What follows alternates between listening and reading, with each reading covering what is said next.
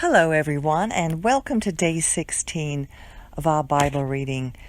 I hope you're enjoying it as much as I am. And of course, we all know that when God has us do something, that we always learn something from it and realize that God is definitely talking to me as well. So listen along and go ahead and subscribe, and I hope you enjoy the beautiful pictures as well. All right, day 16, Genesis 29, verse 13. When Laban heard the news about his sister's son, Jacob, he ran to meet him, hugged him and kissed him. Then he took him to his house, and Jacob told him all that had happened. Laban said to him, "Yes, you are my own flesh and blood." After Jacob had stayed with him a month, Laban said to him, "Just because you're my relative, should you work for me for nothing? Tell me what your wages should be." Now Laban had 2 daughters. The older was named Leah, and the younger was named Rachel. Leah had delicate eyes, but Rachel was shapely and beautiful. Jacob loved Rachel, so he answered Laban, "I'll work for you 7 years for your younger daughter Rachel." Laban replied, "Better that I give her to you than to some other man. Stay with me." So Jacob worked 7 years for Rachel, and they seemed like only a few days to him because of his love for her. Then Jacob said to Laban, "Give me my wife, for my time is completed. I want to sleep with her." So Laban invited all the men of the place to a feast. That evening, Laban took his daughter Leah and gave her to Jacob, and he slept with her. And Laban gave his slave Zilpah to his daughter Leah as her slave. When morning came, there was Leah. So he said to Laban, "What is this you've done to me? Wasn't it for Rachel that I worked for you? Why have you deceived me?" Laban answered, "It is not the custom in this place to give you the younger daughter in marriage before the firstborn. Complete this week of wedding celebrations, and we will also give you this younger one in return for working yet another 7 years for me." And Jacob did just that. He finished the week of celebration, and Laban gave him his daughter Rachel as his wife. And Laban gave his slave Bilhah to his daughter Rachel as her slave. Jacob slept with Rachel also, and indeed he loved Rachel more than Leah. And he worked for Laban another 7 years. When the Lord saw that Leah was unloved, he opened her womb. But Rachel was barren. Leah conceived, gave birth to a son, and named him Reuben. For she said, "The Lord has seen my affliction. Surely my husband will love me now." She conceived again, gave birth to a son, and said, "The Lord heard that I am unloved, and has given me this son also." So she named him Simeon. She conceived again, gave birth to a son, and said, "At last my husband will become attached to me, because I have borne him 3 sons. Therefore he was named Levi. And she conceived again, gave birth to a son, and said, "This time I will praise the Lord." Therefore she named him Judah. Then Leah stopped having children. Verse 30. When Rachel saw that she was not bearing Jacob any children, she envied her sister. "Give me sons, or I will die," she said to Jacob. Jacob became angry with Rachel and said, "Am I in God's place, who has withheld children from you?" Then she said, "Here is my slave Bilhah. Go sleep with her, and she'll bear children for me, so that through her I too can build a family." So Rachel gave her slave Bilhah to Jacob as a wife, and he slept with her. Bilhah conceived and bore Jacob a son. Rachel said, "God has vindicated me. Yes, He heard me and given me a son.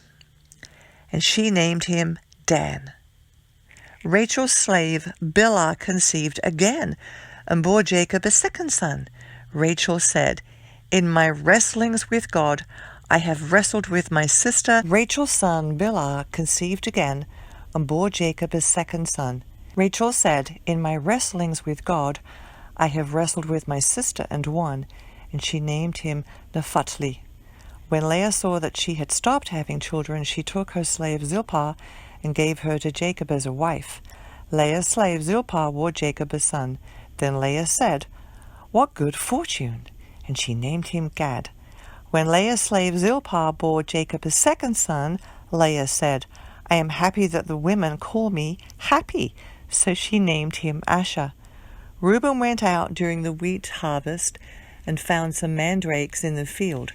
When he brought them to his mother Leah, Rachel said, "Please give me some of your son's mandrakes." But Leah replied, "Isn't it enough that you've taken my husband? Now you also want to take my son's mandrakes." "Well," said Rachel, "you can sleep with him tonight in exchange for your son's mandrakes." When Jacob came in from the field that evening, Leah went out to meet him and said, "You must come with me, for I have hired you with my son's mandrakes." So Jacob slept with her that night. God listened to Leah, and she conceived and bore Jacob a fifth son. Leah said, "God has rewarded me for giving my slave to my husband," and she named him Issachar. Then Leah conceived again, and Jacob bore a sixth son. "God has given me a good gift," Leah said.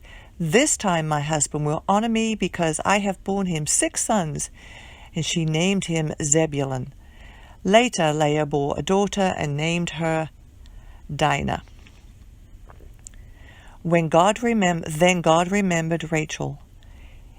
He listened to her and opened her womb. She conceived and bore a son. "God has taken away my shame."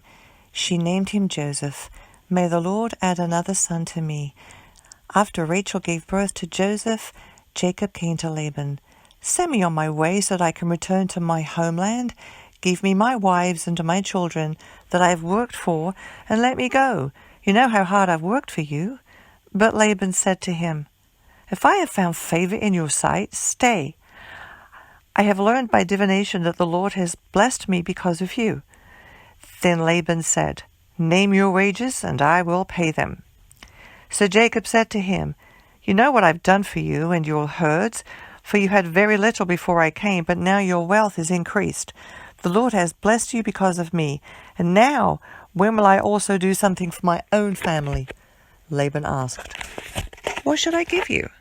And Jacob said, "You don't need to give me anything. If you do this one thing for me, I will continue to shepherd and keep your flock.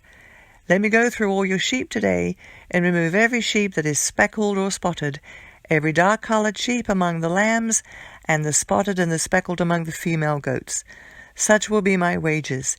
In the future, when you come to check on my wages, my honesty will testify for me.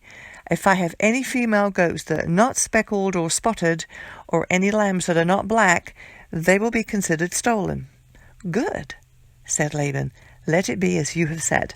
That day Laban removed the streaked and spotted male goats and all the speckled and spotted female goats, every one that had any white in it, and every dark-colored sheep among the lambs, and he placed his sons in charge of them. He put a 3-day journey between him and Jacob. Jacob, meanwhile, was shepherding the rest of Laban's flock. Jacob then took branches of fresh poplar, almond, and plain wood, and peeled the bark, exposing white stripes on the branches.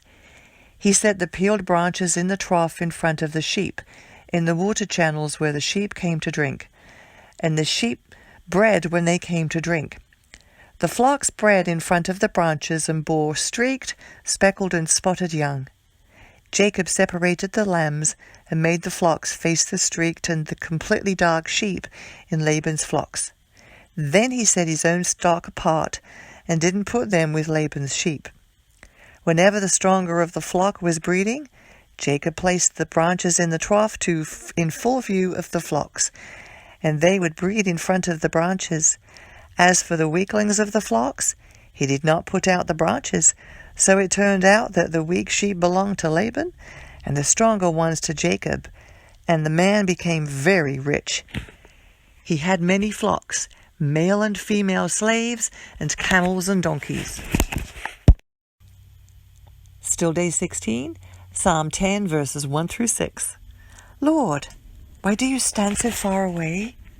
Why do you hide in times of trouble? In arrogance the wicked relentlessly pursue the afflicted. Let them be caught in the scheme they have devised, for the wicked one boasts about his own cravings. The one who is greedy curses and despises the Lord. In all his scheming the wicked arrogantly thinks, there's no accountability, since God does not exist. His ways are always secure. Your lofty judgments are beyond his sight. He scoffs at all his adversaries, and he says to himself, I will never be moved from generation to generation without calamity. Proverbs 2, verses 6 through 19. He will rescue from a forbidden woman, from a stranger with her flattering talk, who abandons the companion of her youth and forgets the covenant of her God. For her house sinks down to death, and her ways to the land of the departed spirits. None return who go to her, none reach the paths of life. Day 16, Matthew 11, verses 1 through 19. When Jesus had finished giving orders to his 12 disciples, he moved on from there to teach and preach in their towns. When John heard in prison what the Messiah was doing, he sent a message by his disciples and asked him, Are you the one who is to come, or should we expect someone else? Jesus replied to them, Go and report to John what you hear and see. The blind see, the lame walk, those with skin diseases are healed, the deaf hear, the dead are raised, and the poor are told the good news. And if anyone is not offended because of me, he is blessed. As these men went away, Jesus began to speak to the crowds about John. What did you go out into the wilderness to see? And reeds swaying in the wind? What then did you go out to see? A man dressed in soft clothes? Look, those who wear soft clothes are in kings' palaces. What did you go out to see? A prophet? Yes, I tell you, and far more than a prophet. This is the one that it is written about. Look, I am sending my messenger ahead of you. He will prepare your way before you. I assure you, among those born of women, no one is greater than John the Baptist has appeared. But the least is the kingdom of heaven is greater than he. From the days of John the Baptist until now, the kingdom of heaven has been suffering violence, and the violent have been seizing it by force. For all the prophets and the law prophesied until John. If you're willing to accept it, he is the Elijah who is to come. Anyone who has ears should listen. To what should I compare this generation? It's like children sitting in the marketplace who call out to each other. We played the flute for you, but you didn't dance. We sang a lament, but you didn't mourn. For John did not come eating or drinking, and they say, He has a demon. The Son of Man came eating and drinking, and they say, Look, a glutton and a drunkard, a friend of tax collectors and sinners. Yet wisdom is vindicated by her deeds.